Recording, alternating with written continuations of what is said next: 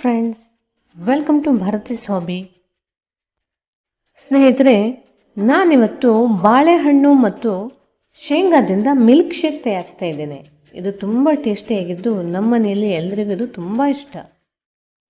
This is one of the amazing pranic foods ಮತ್ತು ಇದು ಪ್ರಪಂಚದಲ್ಲಿ ಅತ್ಯಂತ ಪವರ್ಫುಲ್ ಫುಡ್ ಎಂದು ಯೋಗಿ ಸದ್ಗುರು ಅವರು ತಿಳಿಸ್ತಾರೆ. ಪ್ರಾಣಶಕ್ತಿ ಅತ್ಯಂತ ಅಗತ್ಯವಿರುವ ಈ ಕಾಲದಲ್ಲಿ ಈ ಫುಡನ್ನು ನಾನು ನಿಮಗೆ ನೆನಪಿಸ್ತಾ ಇದ್ದೇನೆ.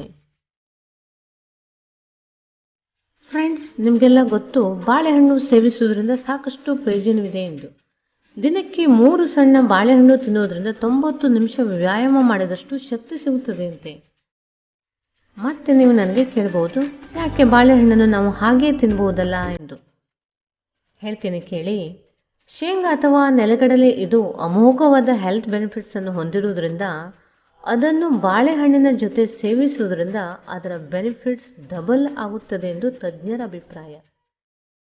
ಫ್ರೆಂಡ್ಸ್, ಹಾಗಾದರೆ ನಾವಿವತ್ತು ಇದೆರಡನ್ನೂ ಸೇರಿಸಿ ಹೇಗೆ ರುಚಿಯಾದ ಜ್ಯೂಸನ್ನು ತಯಾರಿಸಬಹುದು ಅಂತ ನೋಡೋಣ ಅಲ್ವೇ.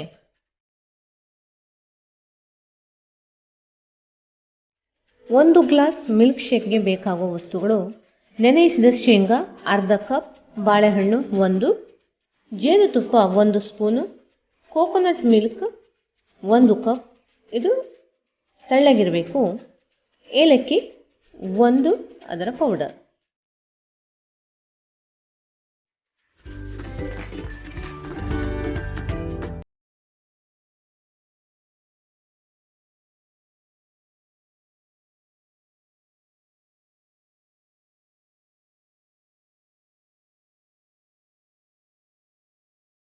ಫ್ರೆಂಡ್ಸ್ ನೋಡಿ, ನಾನೀಗ ಇವೆಲ್ಲವನ್ನು ತೆಗೆದು ಮಿಕ್ಸಿಗೆ ಹಾಕೊಳ್ತಾ ಇದ್ದೇನೆ.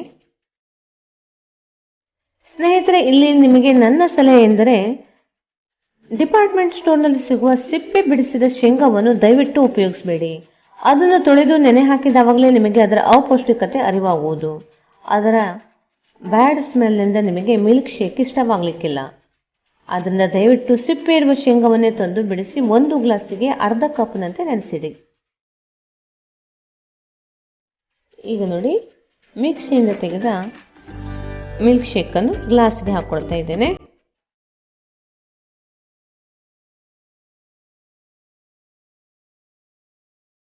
ನೋಡಿ, ಈಗ ಮಿಕ್ಸಿಯಿಂದ ತೆಗೆದ ಮಿಲ್ಕ್ ಶೇಕ್ ಇದು. ಇದಕ್ಕೆ ಈಗ ನಾವು ಜೇನುತುಪ್ಪವನ್ನು ಬೆರೆಸಬೇಕಾಗಿದೆ. 1 ಸ್ಪೂನ್ ಜೇನುತುಪ್ಪವನ್ನು ಇದಕ್ಕೆ ಹಾಕ್ತಾ ಇದ್ದೇನೆ. ಜೇನುತುಪ್ಪವನ್ನು ಹಾಕೋದ್ರಿಂದ ನಮಗೆ ಅದರ ಪೌಷ್ಟಿಕತೆ ನಮ್ಮಲ್ಲಿ ಬೇಗ ರಕ್ತಗತವಾಗುತ್ತೆ. ನೋಡಿ, ಈಗ ಹೆಲ್ದಿ ಮಿಲ್ಕ್ ಶೇಕ್ ರೆಡಿಯಾಗಿದೆ. ಇದರ 1 ಗ್ಲಾಸ್ ಇಡೀ ದಿನ ನಿಮ್ಮನ್ನು ಎನರ್ಜೆಟಿಕ್ ಆಗಿ ಇಡುತ್ತೆ. ಬೆಳಗಿನ ಉಪಹಾರದ ಬದಲಿಗೆ ನೀವು ಇದನ್ನೇ ಸೇವಿಸಬಹುದು. ಇದು ಸ್ಟಮಕ್ ಫುಲ್ ಕೂಡ ಆಗುತ್ತೆ.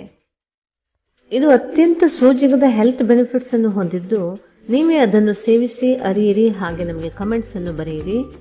ಮತ್ತೆ ನಿಮ್ಮ ಫ್ರೆಂಡ್ಸ್ ಮತ್ತು ರಿಲೇಟಿವ್ಸ್ಗೆ ಈ ವಿಡಿಯೋವನ್ನು ಫಾರ್ವರ್ಡ್ ಮಾಡಿ, ಲೈಕ್ ಮಾಡಿ, ಶೇರ್ ಮಾಡಿ, ಸಬ್ಸ್ಕ್ರೈಬ್ ಮಾಡಿ.